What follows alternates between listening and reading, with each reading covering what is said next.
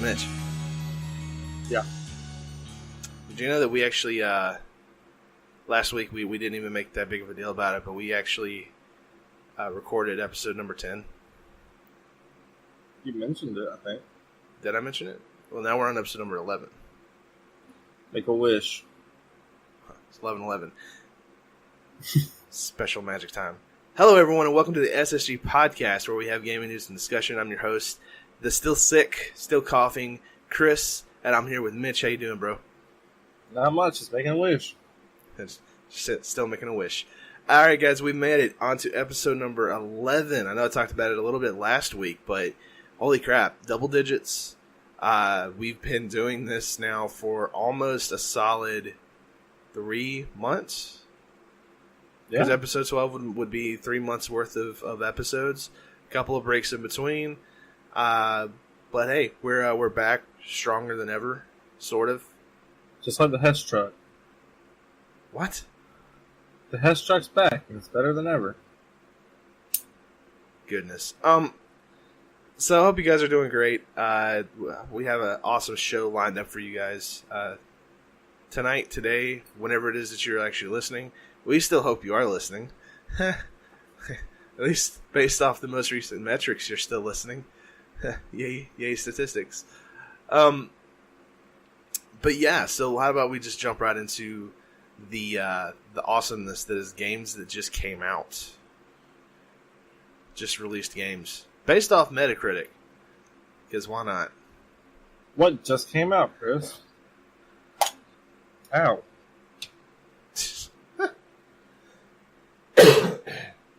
Well, as far as what has come out, there's not been that much, actually.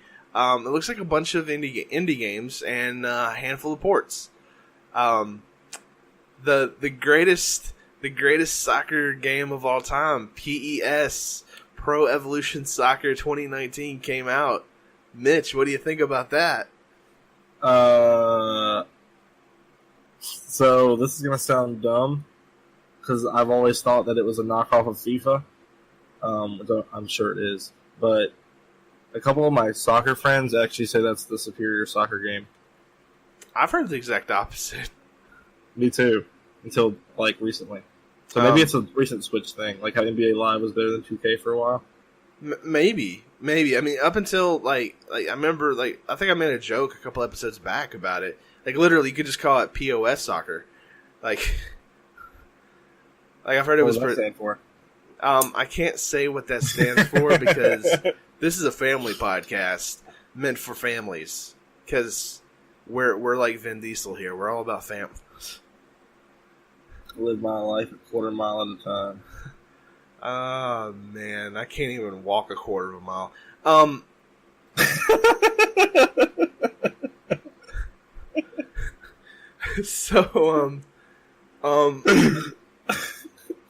Yeah, we had a couple of PS Soccer 2019 came out. It's actually getting pretty decent reviews. It's got an 81 on PS4 and an 84 on PC. I don't know if this is going to come out on Xbox One. I really don't have that information available, and I don't care enough to really look into it. So, beyond that, there's another Yakuza game that came out for PS4. Action adventure. It was Yakuza Kiwami. Kiwami. It's a funny word to say. I like it. I like Japanese words. No, that's probably my least favorite Japanese word at this point. So overused. Dude, I've heard Yakuza is really good, but there's just so many of them. Yeah, they keep re-releasing them too, like to different consoles and stuff, so you can be like, hey, you can now play this version on your PS4 or whatever. It's an exclusive for PS4. This variation, Yakuza Kiwami 2, and it's got an 85 currently on Metacritic, which is pretty good. Huh? It's the end of the month. We should totally pull up like what games are going to be like for Xbox One and Xbox Live Gold and PlayStation Network. I gotcha. Yeah, the two games right now that are going to be for PS4 are actually really good games. Well, I say really good games. I'm being kind of stretching it. Destiny 2 is not a good game. Destiny 2 is is yeah, I don't like Destiny 2. I didn't like that. I mean, Destiny 2 was weak. It just compared to what we had in like at the end of Destiny 1 and with all this stuff, it was just a weak game. But hey, if you want to play it, it's now free. Like right now, like as we speak until the end of September. It's not free yet. No, it says it's free now. Is it? Yeah, a week early.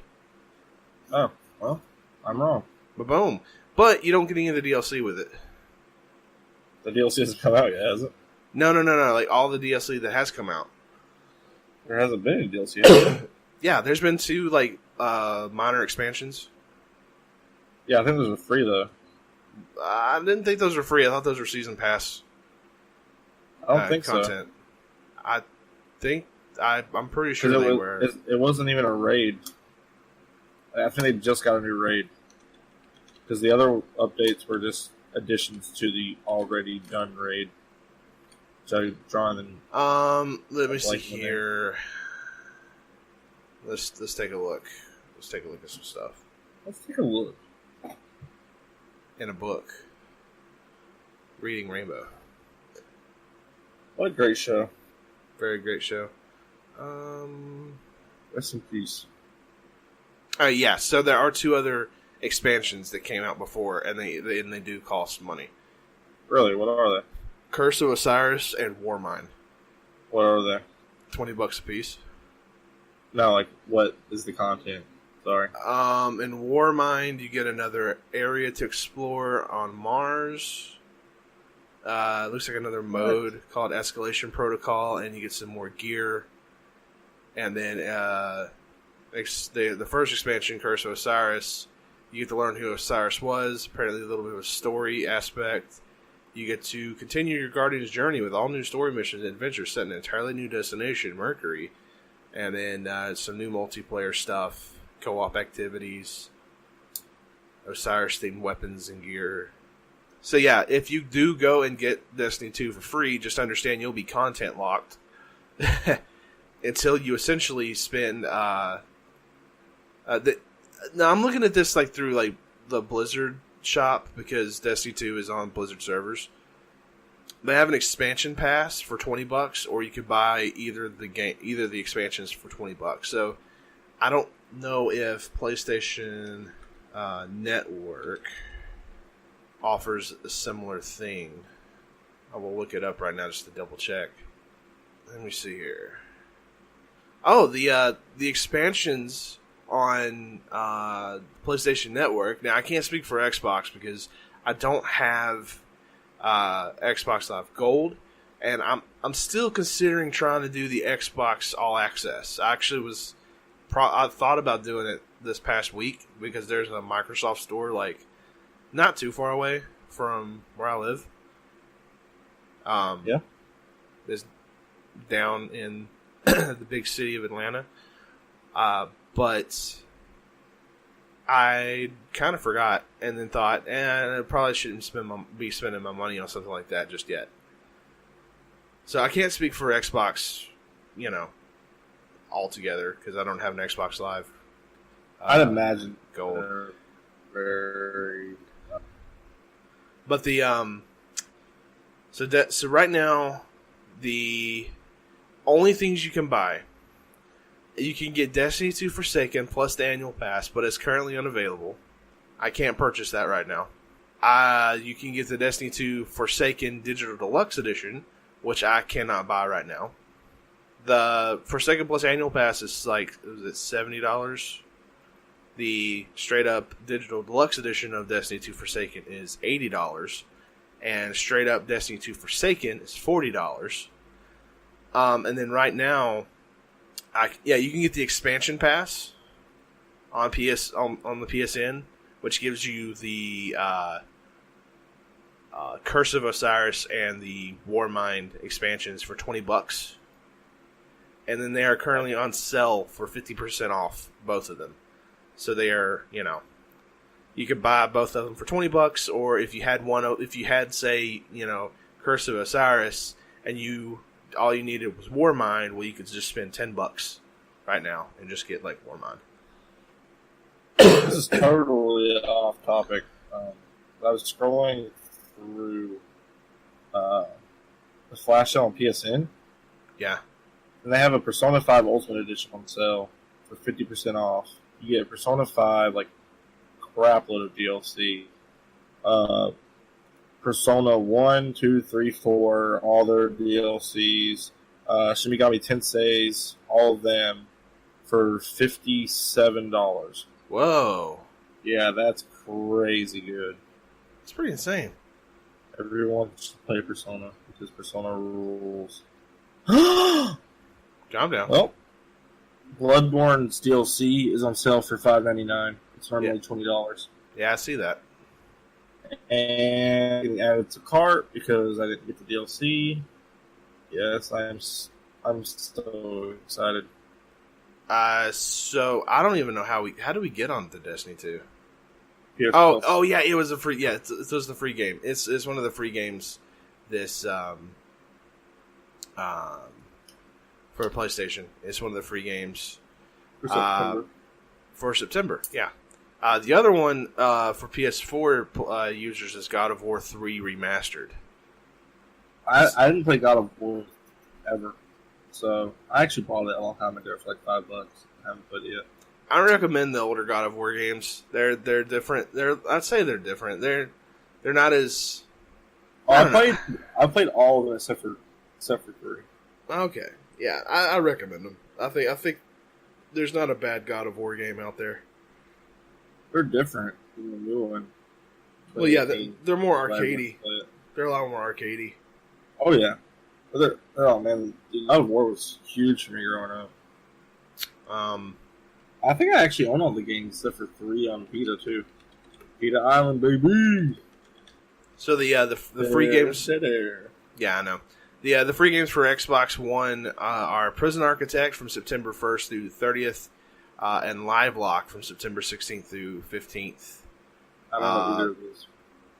Prison Architect is a fun game on PC. I've followed that game for a while now, and it's one of those games that it's started as a like a Steam greenlight game, like early access type title, I think. Okay. And it's grown, and yeah, it's normally like a $30 game, but you get it for free. Xbox 360 free games are Lego Star Wars 3: The Clone Wars and Sega Vintage. What? Really? What? I mean, it's Star Wars Clone Wars? You never knew that? Like, off the show? Lego Star Wars 3: The Clone Wars. No. I knew they made, like, the saga. Like, 1 through 6. Yeah, it's based off the cartoon. Yeah. Ooh. And it got a 6 out of 10 on GameSpot. Mm. If you like the Lego games, I mean, that's really what it all comes down to. You should like Lego games. Lego games are awesome. Yeah, Lego games are pretty awesome. And also, so that's available from September 1st through 15th. And Sega Vintage Collection Monster World from September 16th through 30th. The Xbox 360 games with gold titles play on Xbox One through backwards compatibility. So Xbox One owners are actually getting 4 freebies.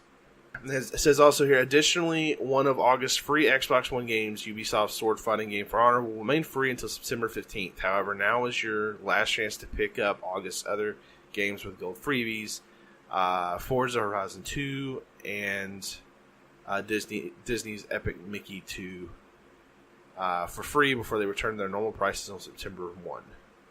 So there's a if I want to like just for a second just say like there's another cool thing as far as the Xbox All Access stuff. You get those free games. Yeah. Like Forza Horizon 2 is an absolutely worth it title on Xbox One. With that you get the Games Pass. Right, but I'm saying you also because not all those games are not on Game Pass. Yeah, I know, but I'm sure Forza Horizon 3 is. Possibly. That's the next one. But I mean, like, I guess what I'm saying is, whereas with the Game Pass, you're essentially borrowing the games, right? You're paying you pay for like a monthly access, to games that are in this library, right? You can download them, you can play them, but you don't own them, right? It's the same thing for Xbox Live Gold, though. You have to have gold to play them. But you can still, you can still I don't know. Yeah, you're right. Okay. Okay, then I guess I'm just going to go out. The argument I'll die on as far as all that goes is that it could potentially expand your game collection a little bit every month. You know, you'll get some games that probably are not part of the Games Pass library. Potentially. Yeah. So, yeah. Either way, I think it's... I have to assume that Forza Horizon 3 is on there because every new Xbox game launches on that. Either way, though, it's still cool. Free games are cool. Yeah, free is still a great concept, regardless of how it is. Yeah. Wow, I totally got sidetracked. Moving back to the games to the games that have come out. The only other game that I think that's really worth mentioning is Monster Hunter Generations Ultimate. Came out on the Nintendo Switch on August 28th. Chris is excited. I'm very excited. In fact, once I'm done with this podcast, recording this, and I actually am done with editing, I may go ahead and just go buy it. But I'm sheepish a little bit because it is a full $60 title, and I bought. I'll put it to you this way: I bought this on the 3DS? Yeah, 3DS, and I bought Ryan a copy as well because I was like, cool. we should totally play this game together, kind of thing. Because that was like when I got right into Monster Hunter. And we played it for a little bit, but then I couldn't keep playing it because the 3DS the controls on 3DS. Trying to play like an action RPG on 3DS is just one of the most. It's brutal. I got big hands. It's like a real tiny. You got the nub joystick thing that it works fine, but it just my hands kept slipping off of it. So like I spent $60 to get 2 copies of the 3DS version. Oof. And now this port onto the Switch is $60. Wow. So $100 for one game. Yeah, there's like a part of me that's kind of like, I really want to get it, and I probably will get it, but it's like, let me go diving into my budget first. Let me look and see how. Let me move some funds around, right? And just be like, okay, we're going to make this work. You know, maybe I'll get it. I really want to get it, but once again, like with the Xbox All Access thing, I got to think about it. You got to make a decision, right? You know, kind of a thing. I really, really, really want it, but we'll have to see what happens. I guess the only other games worth talking about is Naruto. I can never say that name. You know the anime? Naruto to Boruto. Shinobi Striker. That came out. Fighting game. Heard good things about it. If you're a fan of the series. Either series. There's like 3 or 4 series. Because Boruto, whatever, is the son of Naruto. And then Divinity Original Sin 2, the Definitive Edition, came out on PS4 and Xbox One. Neat. So, that's pretty much it as far as games that were released. So, moving on. We're going to go into some serious conversation. We're not going to make jokes here. You got your serious face on, Mitch? Yes. All right. I mean, I hope you're very serious. So I have the face for radio, so I have a face that's so ugly that even radio would reject. No. Yeah. Mirrors just they break so they don't have to see me anymore. I said we were getting serious. Okay, here we go. So, this past Sunday, which for those of you, this past Sunday would have been August 26th, there was a situation that occurred in Jacksonville, Florida, where a gunman shot and killed 2 people, injured 10 people at a Madden 19 tournament. I I just want to say first and foremost that, I hope that both me and Mitch here, we hope that, which if if you want to say anything, Mitch, then by all means, I'm not trying to speak for you. I hate to see stuff like that happen, especially to fellow gamers.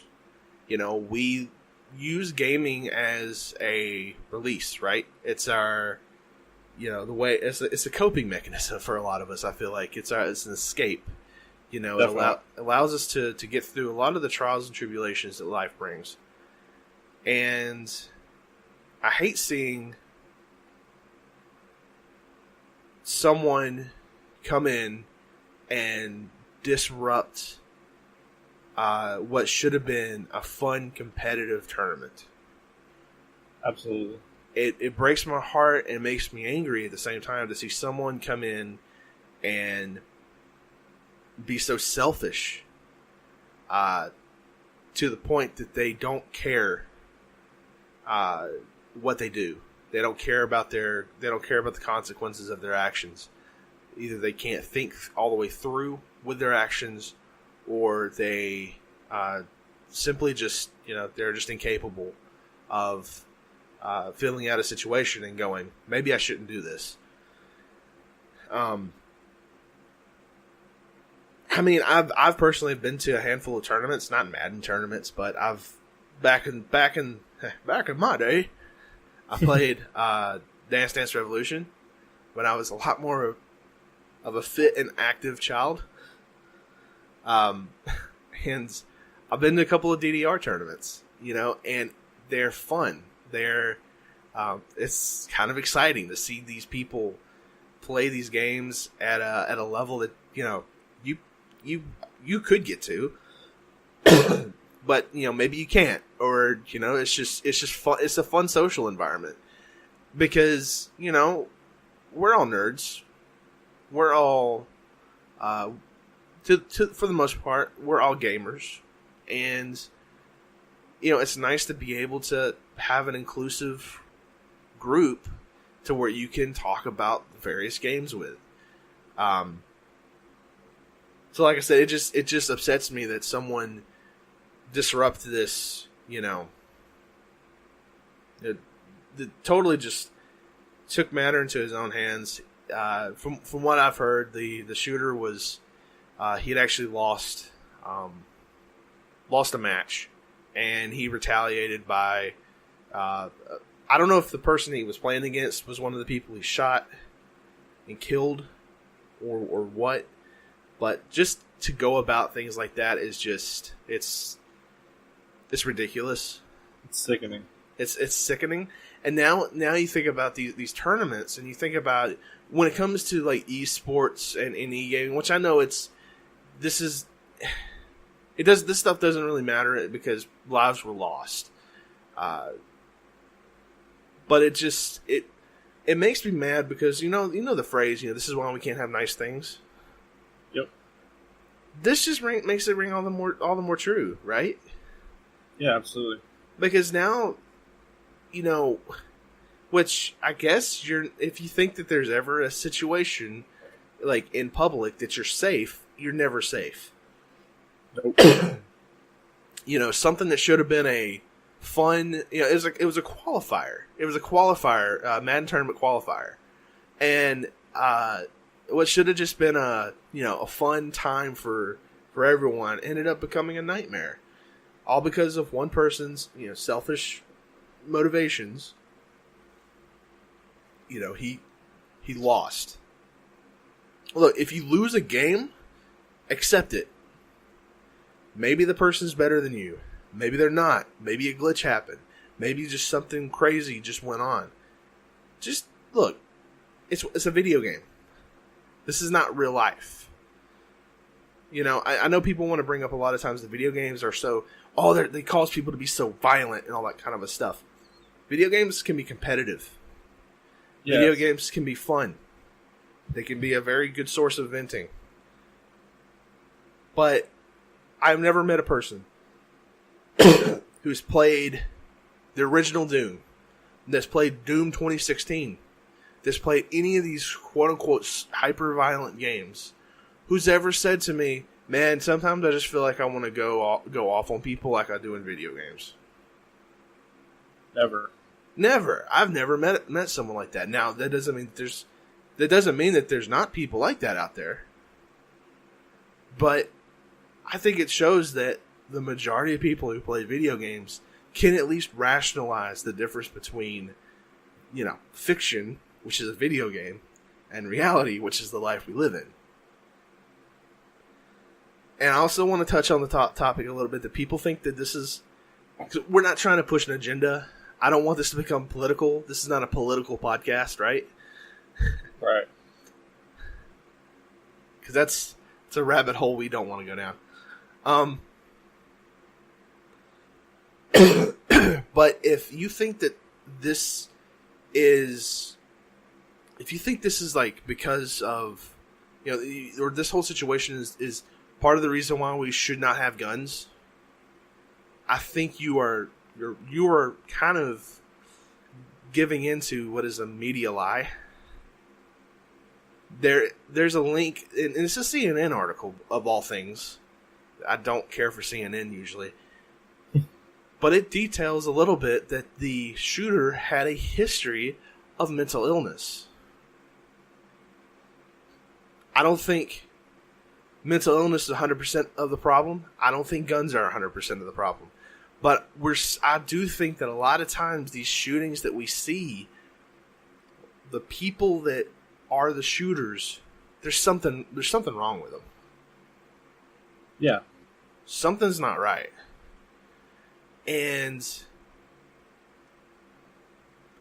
that's pretty much where I'm gonna leave that. I don't think taking guns away from everyone is going to solve all of the violence, all the problems in our country today.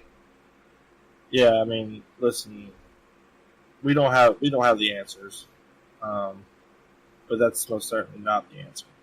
Mm-hmm. So, I'm gonna wrap this section up here, because I just we don't need to dwell on it too much, but I just my thoughts and prayers go out to the family members involved. Oh, absolutely. I know people want to say nowadays that thoughts and prayers don't do anything. Look, I personally have seen what prayer can do. I think prayer can be a very powerful ally for people. And I also feel like that it can be useful to at least put people in the right mindset, a proper mindset. So, if... I want to put this would also be appropriate to put out here. If you know anyone who is that antisocial person, right? They don't talk much. I'm not saying to judge them. Don't ever judge anyone. But be a friend. Be nice to people, right? Spread positivity, man. Spread positivity. And if you know someone who is, they're going through stuff or whatnot, just be there for them. They may not ask you to be there. Don't wait for someone to say, I need your help. If you can tell that something's up, just be there for them. Try to find a way to help them out. Because I'm not saying that this person, the shooter, had no friends, but from what I've heard, he was an antisocial, a loner type person. And I just feel like if he had one person in his life that just loved him, who just gave him a hug and told him, hey man, I'm here for you. You want to go play some Sonic? You want to take a break from Madden for a little bit and you want to go play something else? Why Sonic? That was the first thing that came to my mind.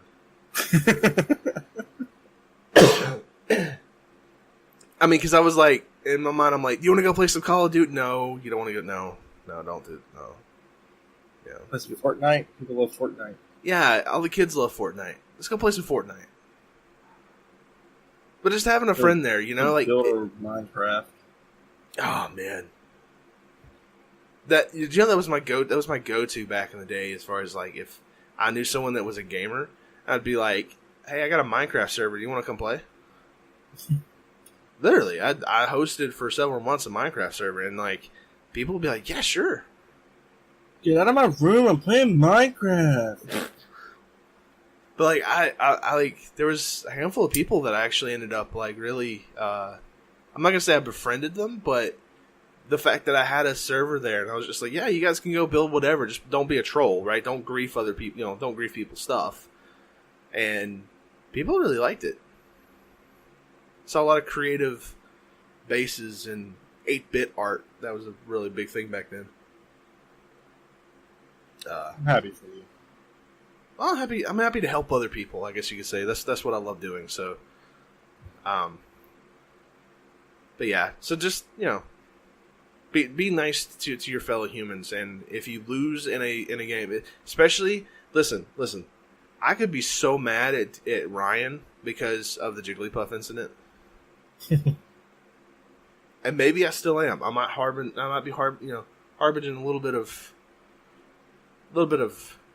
angst towards him.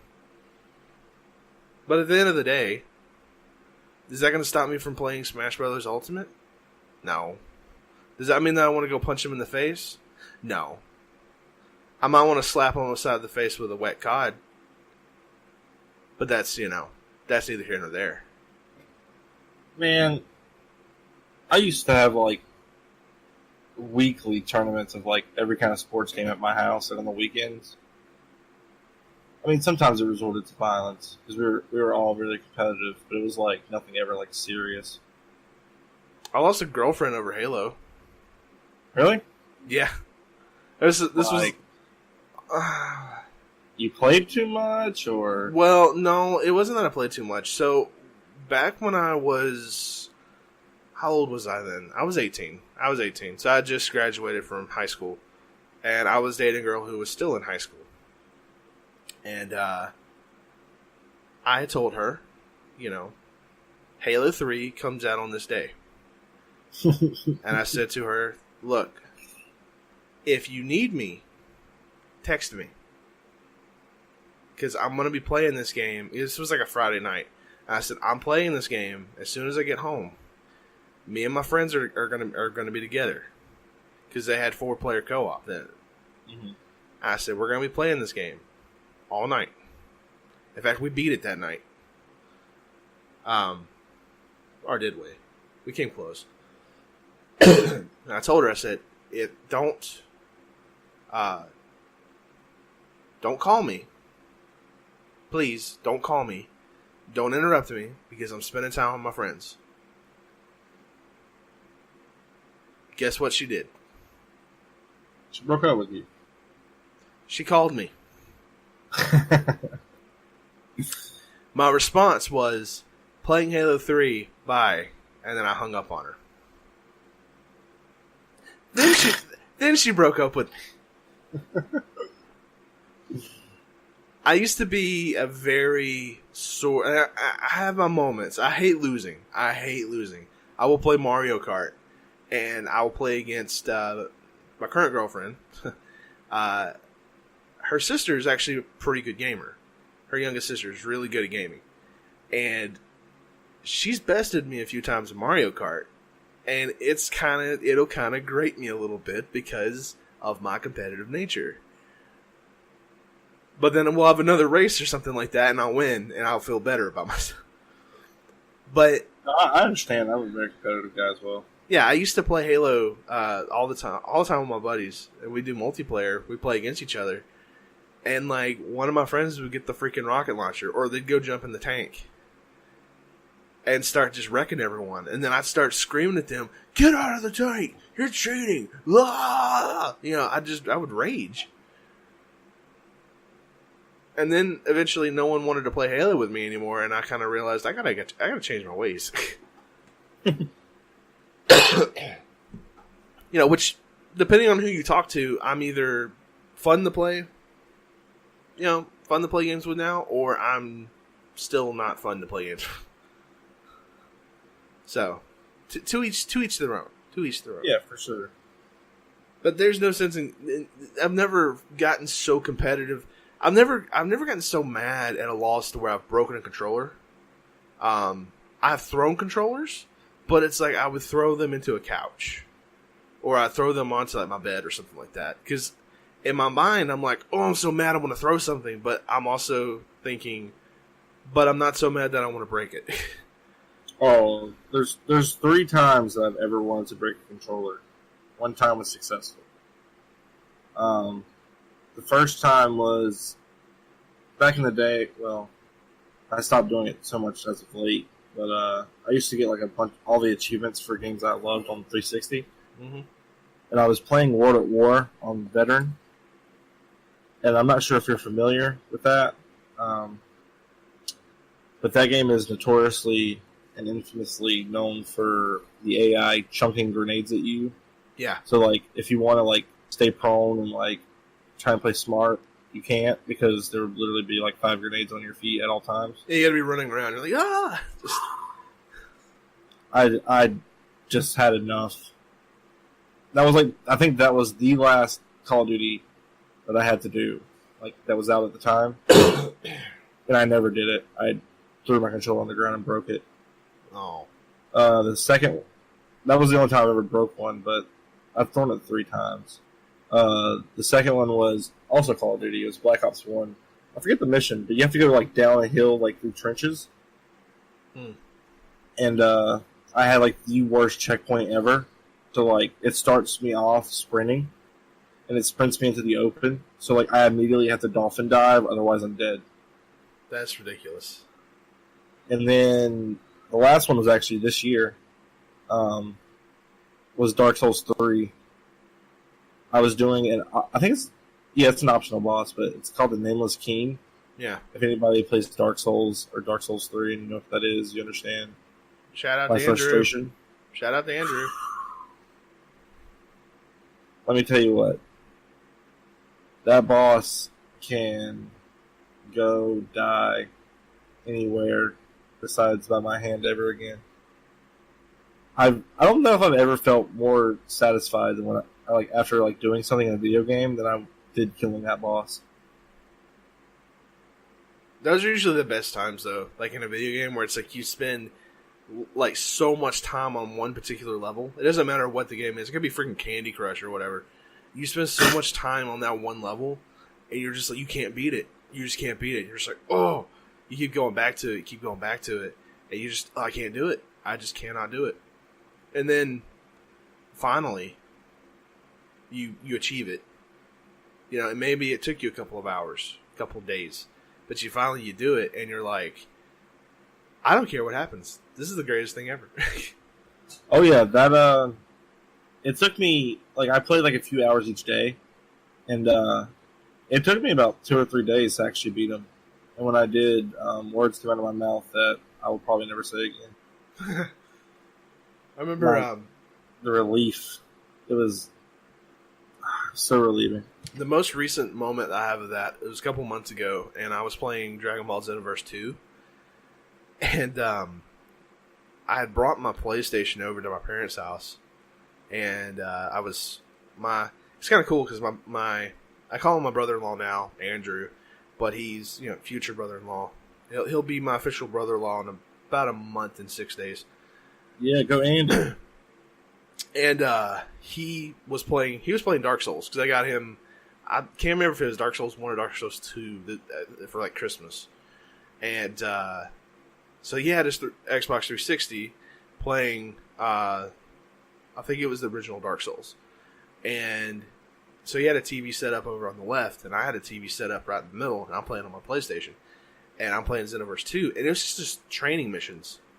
Right? And you know how those games can be sometimes where you have to input the right button combos, like during the training stuff, in order to do this. And I was like progressing towards the end of these like training missions, and stuff was getting harder and harder and harder to where you had to like seriously, some of the button combinations were just ridiculous that you had to press. Wow. I stayed up till 3 a.m. I started playing at 7 p.m. the night before, and I stayed up till about 3 a.m. and then I finally beat it. It took me for this one particular, like my game crashed one time even, and I had to redo this one that I'd done before. And my thumbs were bruised.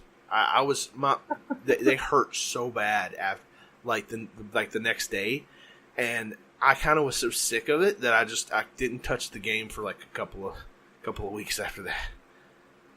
I can imagine why.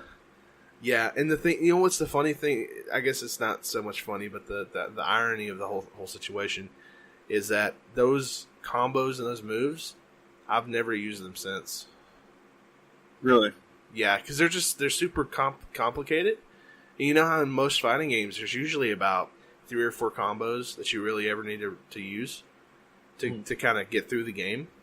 And I've just never felt like learning, you know, the super advanced complex combos, because I just feel like I'm just playing against the AI. I'm not playing against players, like actual PvP stuff. So I just didn't feel the need to actually learn the more complex stuff. So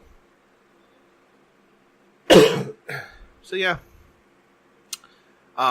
So yeah, that's a total transition, right, from where we were as far as the serious stuff.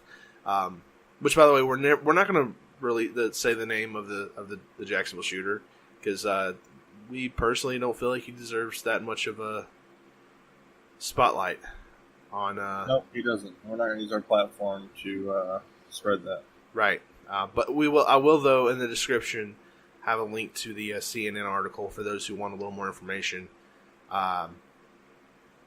Into the situation. But moving on, though, something we just found out today, Battlefield 5, they are moving their launch date to November 20th of this year. So, what does that mean for Battlefield 5? Is it in a bad state, or is it just, you know, this is a good sign that they're actually caring about this game and that they're wanting to put a little more work into it? I think it's that, but I also think that it's them acknowledging that Red Dead's going to destroy everything in its path. Right. Because Red Dead comes out around that same time, or what the original date was, which was October 20-something. But Call of Duty was also released in the beginning of October, so it can get out in front of Red Dead. Huh. So it doesn't have to worry about Call of Duty or Red Dead, because you still have a month in between Red Dead and Battlefield 5 now. It's smart. Yeah, I think it's a good move. I like it when anytime a publisher, especially a big publisher, decides to say, hey, you know what, we're gonna push everything back, because maybe there are tweaks that need to be made to the game. I've worked in, as someone I've worked around developers. Now, I'm not worked in video games, but I've just projects in general, and the amount of work that you can accomplish development wise, in a month, it's pretty massive. The only problem is that they may not get nearly as much work in as you think, because there has to come a point in time where they say, okay, we're putting a stop to the actual development. We have to push the source code out to the company that's going to be manufacturing all the discs. And if they're going to be printing, a couple million copies of the game, maybe that takes a week. I don't know how long that would take. I don't know. So they may get another 2 to 3 weeks, I think, worth of development time. Heck, if they even got another week, just 1 week. This isn't like a movie, right? This is when you go in and actually do code work and stuff like that, they should be able to tweak things a little bit more. Things should become a little bit cleaner to play. They did mention, though, in their update that they wanted to do a few improvements. So they said that they're going to adjust the gameplay tempo, improve soldier visibility, and reduce player friction. They're also wanting to I think they're going to make some changes to their stupid Battle Royale mode. I think they're still trying to polish that up, I'll be honest with you. Hey, giving them more development time to tweak things is never a bad thing. They're making the game better. Yeah, I mean, imagine if they said, like, with Madden, oh, we're going to wait a week or a month or whatever, and we're going to... For a year. We're taking a break for a year. I wish they would. I mean, though, to be honest, I mean, yeah, we've talked about that before, though. But yeah, I think this is, you know, so in turn, this will be good for people. This also allows. I mean, yeah, it also, because there's a lot of games coming out, like, you know, coming up, right? Yeah, tons and tons and tons and tons of games, and this literally just gives so much extra space for Red Dead Redemption comes out on October 26th, and the week before that, this was crazy. I'm just looking at the upcoming games list. So in October, here's the big games you got in October: Forza Horizon 4, Assassin's Creed Odyssey, Super Mario Party, Call of Duty Bops 4,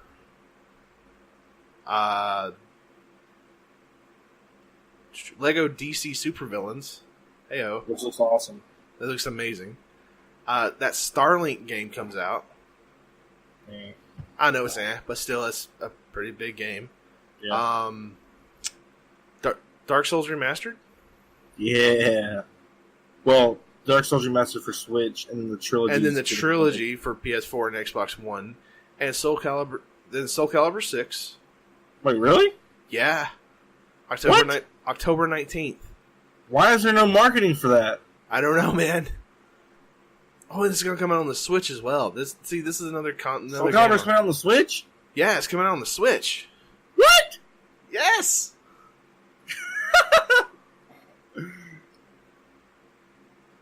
Why am I just now hearing about this? I don't know. That's insane. And then, Just Dance 2019, which I guess is still a popular game because it keeps coming out. Is it coming out for Wii again? It's coming out for the Switch. But is it going to come out for the Wii? Well, I think the last one. Yeah, Wii U. Wii. Yeah, it's coming out on Wii U.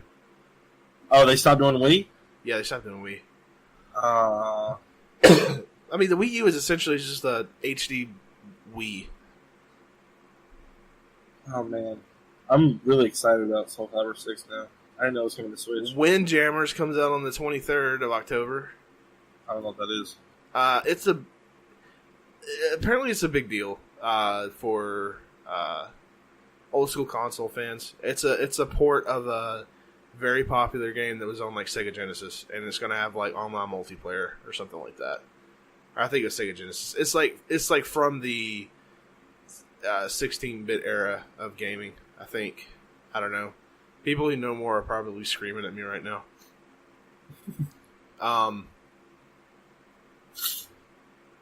But you know what? Oh, dude. I don't know if... I'm now looking at this.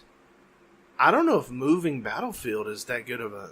Like, to November 20th is that good of a move. It is. Because... November 13th, you've got Hitman 2.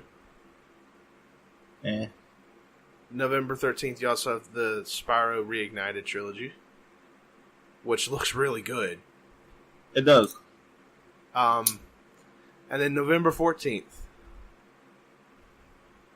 Fallout 76.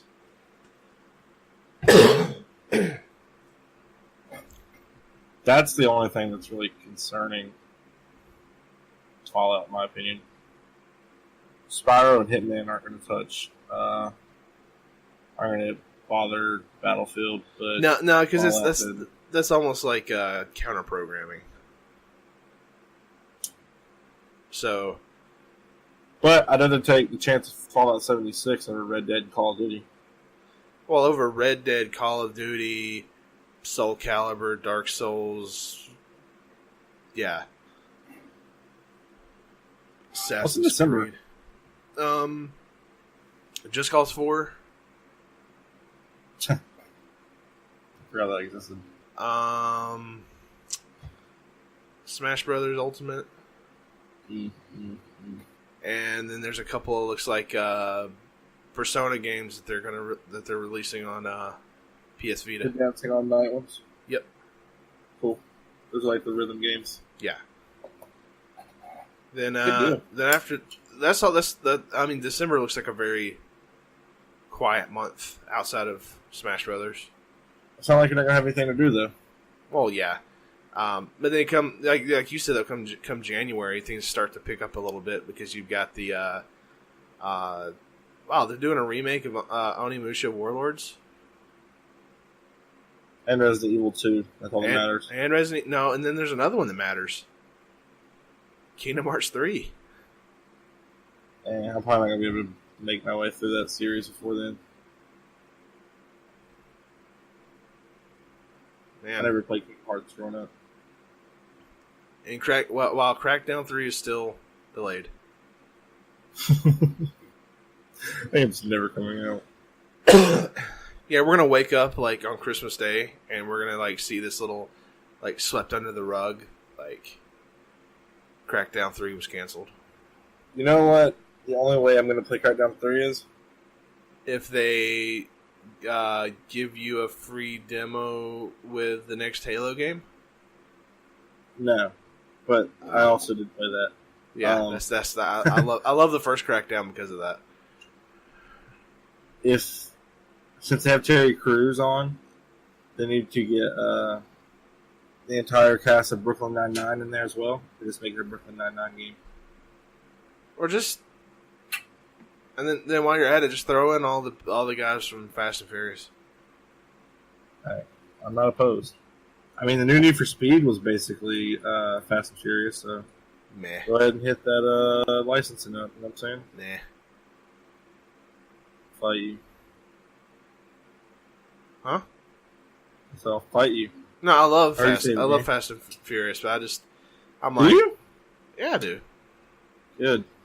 I didn't like the last one all that much, but yeah, I did there. And I'm honestly, I've never been a fan of the third one, but I understand what it does for the plot now. You know. Oh yeah, I love it. I love Tokyo Drift though. I didn't care for it because of the lead actor. He's actually from Dothan, Alabama, and you can tell.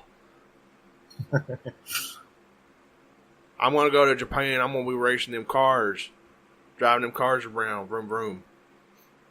Okay, but when Bow Wow had that Hulk SUV, that was dope. Bow Wow was the best like actor in that entire movie, outside of the guy that played Han. God, Han's so good. R.I.P. But spoilers, jeez. If you haven't seen that movie, you're not gonna see it. Good point. My favorite will always be number 2, though, because it's like a poor man's Miami Vice, but so much more hilarious. Are you serious? I love how freaking terrible that movie is. Like, Me it's too, dude. so bad, but I love it. I've seen it so many times almost. I used to have it memorized. And then freaking out at the end, he's like, "Are you going to do what I think you're going to do?" Yeah, I think I am. Ramps the freaking car, crashes on top of the boat. Ejectocito, cuz. And the so bad. Yeah, it's the definition of a good bad movie. I love it. Rest in peace, Paul Walker. Yes. But anyways, yeah, I think we're gonna now transition over. So we're gonna do these hard transitions because it's awkward and everything. So last week I actually posed a question, and this I've been looking forward to this. But do you think that the Switch should be considered a hardcore gaming console now? I think it's getting there. And would you not call it that because it still doesn't have your Maddens and your, Call of Duties and your, your Battlefields and all that stuff yet? No, I don't think that's necessarily going to matter. I just think it needs a little bit more third-party support before I can call it a hardcore gaming console. But I mean, we're getting excuse me, we're getting a lot of third-party support that hasn't been either announced or developed just yet. Right. I mean, we're only a year and a half, a little shy of a year and a half into this console's life, and we're getting. I mean, the next Doom is launching on the Nintendo Switch. That's awesome. I'll be curious how that works out. Wolfenstein 2, it was a little bit late, but it still came to the Switch. Yeah.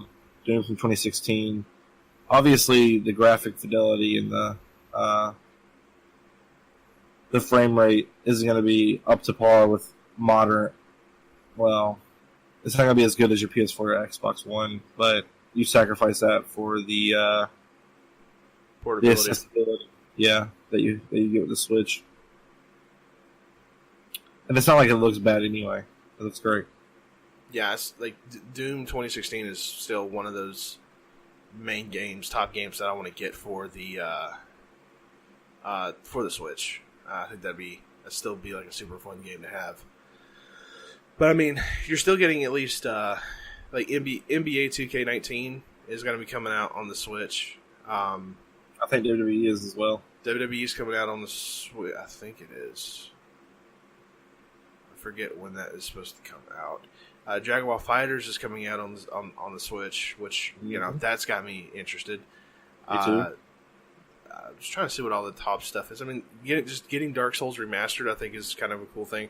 I mean, you're still getting like these older ports, but that's the thing. You're getting these older ports on what is essentially kind of a console, like a handheld console, portable console. It is. Yeah. There's a ton of stuff that is, a lot of first party stuff. Obviously, I think Smash Brothers Ultimate and Super Mario Party are going to be really, really popular. Oh yeah, for sure. But I think you're right though. We still are not in that territory of where we're getting super. Nintendo's always going to have the exclusives, because of their Mario and all that kind of a junk.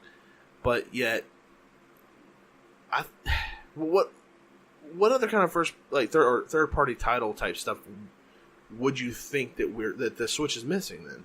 Like, what other kind of stuff would you want to have on the system in order to call it that a hardcore console?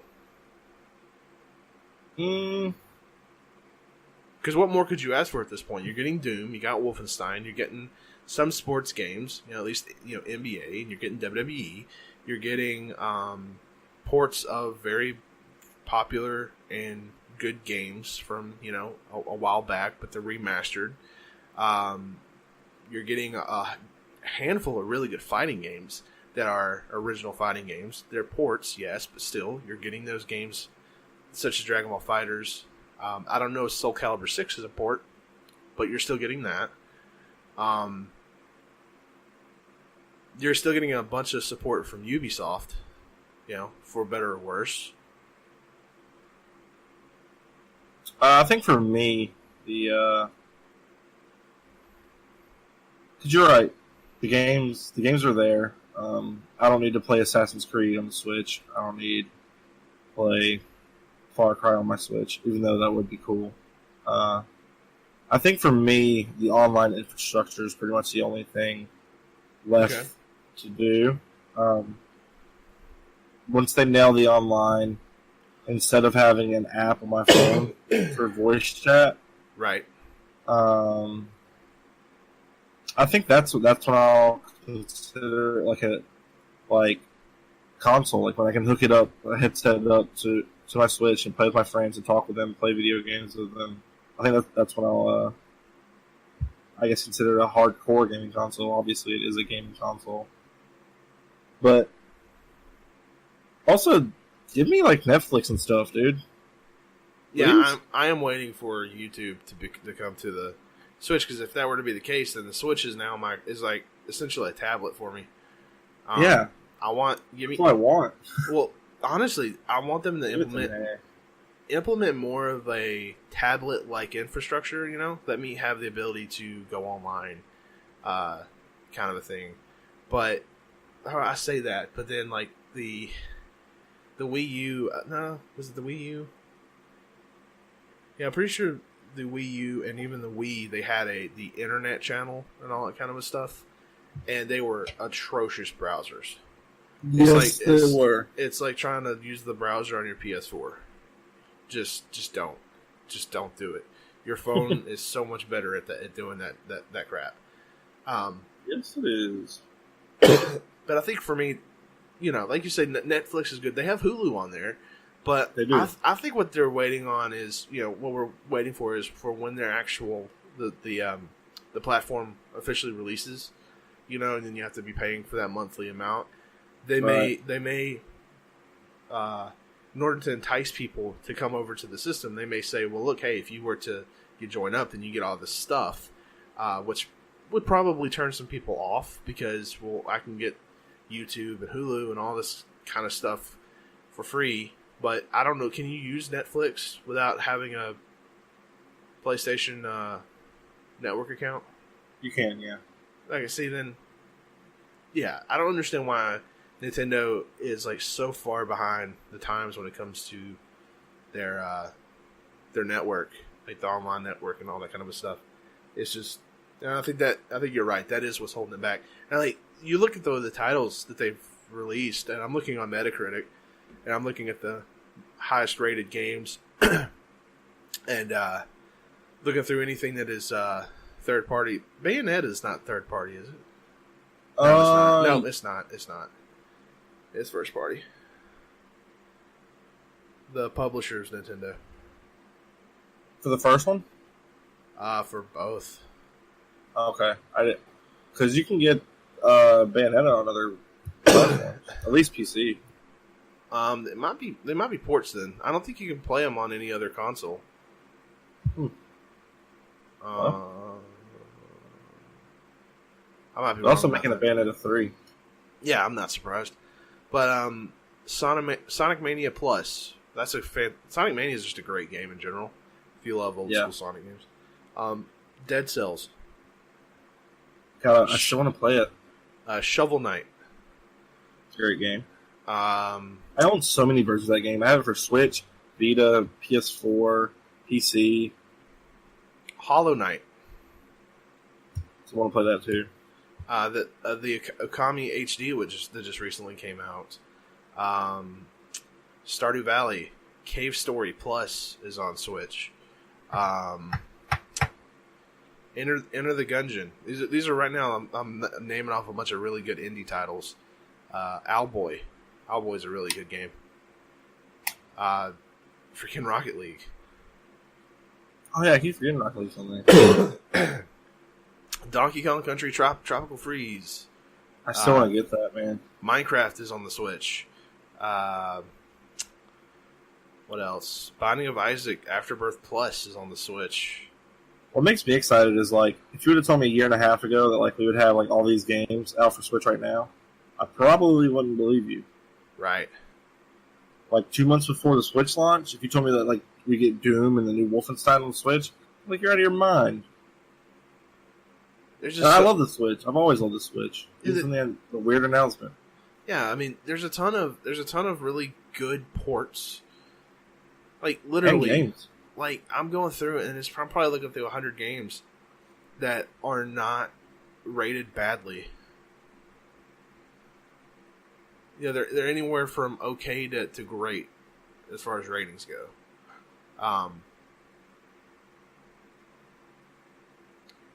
just, I wonder what 2019 is going to bring as far as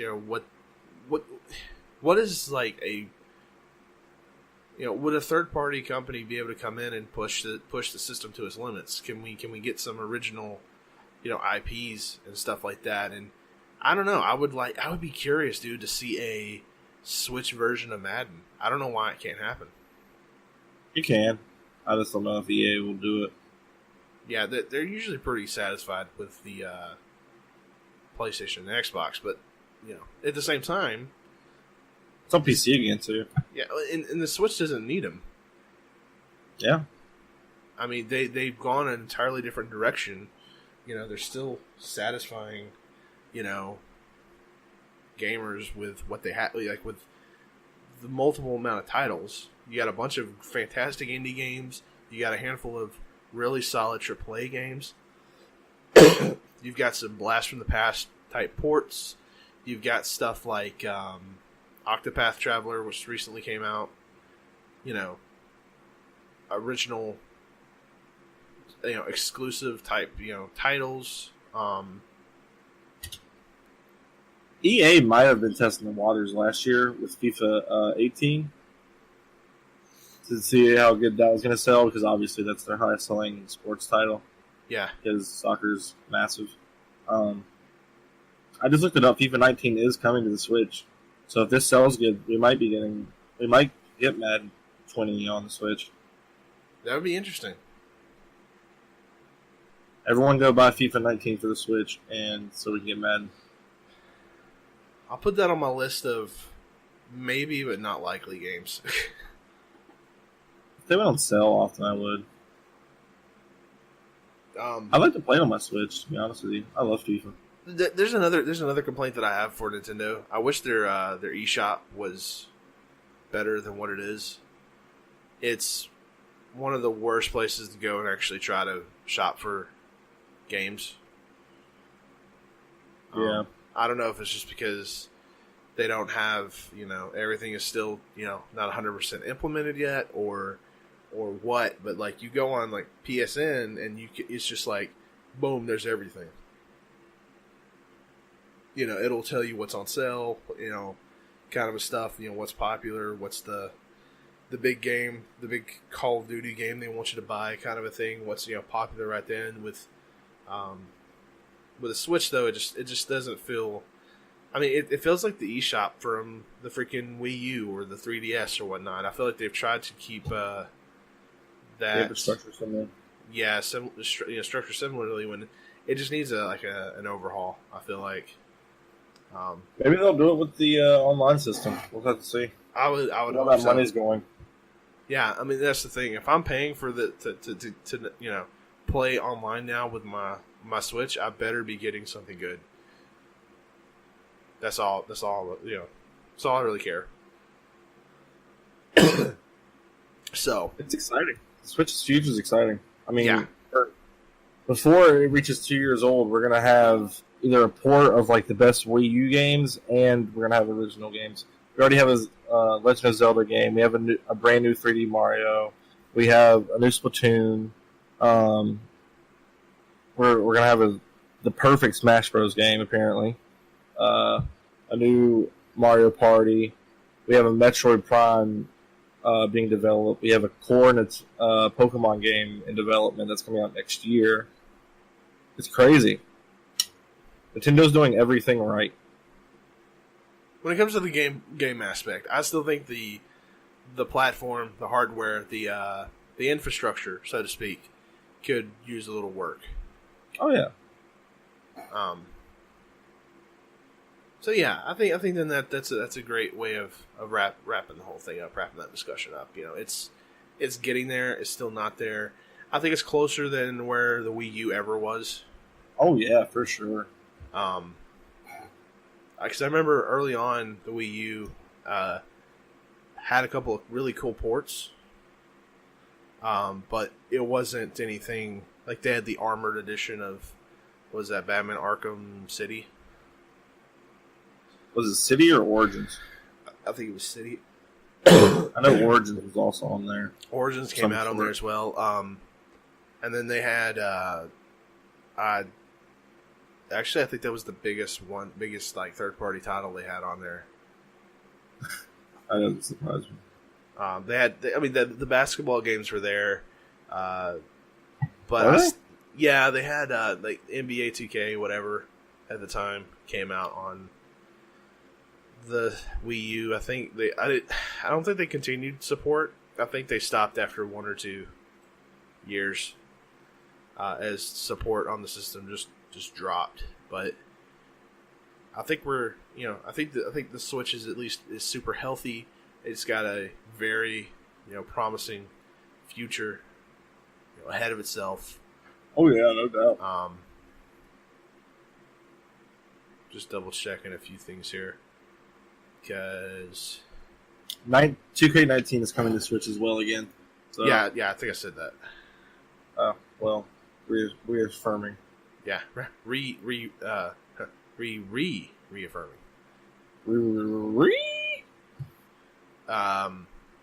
Trying to see if there's anything else. I'm not seeing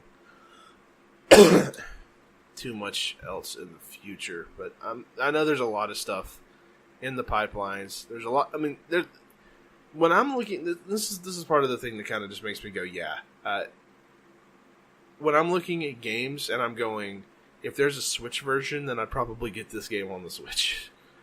I think this when you know you've got a pretty successful console, because I don't play my Switch all that much, but I'm always looking for an excuse to play my Switch. If that makes sense. Oh, it makes sense. So, but all right, cool. I think that will do it as far as that discussion, and that will pretty much do it for this episode of the SSG podcast. So, Mitch, do you want to hit them up with the social media jibber jabber? Absolutely. You can find us at facebook.com/SSG podcast. We are on Twitter. Do you know the follower count now? I totally lost count. It's somewhere around 850. Wow. That's incredible. Mm-hmm. Thank you guys so much. You guys are amazing. You can find us there at SSG_podcast. If you want to listen to this episode, which you already are, but I guess if you want to listen to it on different mediums to support, we are on YouTube. Just use the search bar and just type in SSG podcast, and the bright red logo will come up with our faces. And we are on basically every big podcast service. iTunes, Google Play. We're on Spreaker, which is our host site. iHeartRadio, Spotify. Yep. Yeah. Spotify's best. Love Spotify. And and also if you want to just go, if you missed an episode or something like that, or you want to be like, man, what did episode 1 sound like? How much of a train wreck was that? Then you could go back and listen to that if you wanted to. We have a big. It was a train wreck. I sounded like I was a ghost whispering. Yeah, because Chris still isn't too great at editing audio, but he's getting better. Give him 2 thumbs up, y'all. I don't deserve thumbs, but I'll take a pinky. What? Speaking of pinkies, football is back. Roll Tide. Indeed, roll Tide. And there goes our fan base. They'll be back. They probably don't care about football. I'll be honest with you. Most of them probably don't. Probably not. Yeah. It's even more to brainwash them and make them Roll Tide fans. I mean, you know what? If you're going to pull for a team in college football, you might as well pull for Alabama. Yeah, pull for the winner, because no one likes a loser. Yeah, no one likes Georgia. Wait. But anyways, guys, PG. as if he never listened to this. Do you have a question? A discussion question, maybe? You want to start up for next week, or? Wow, way to put me on the spot. No? Okay, I got one. Hit me with it. What is your most favorite game to have come out on the Wii?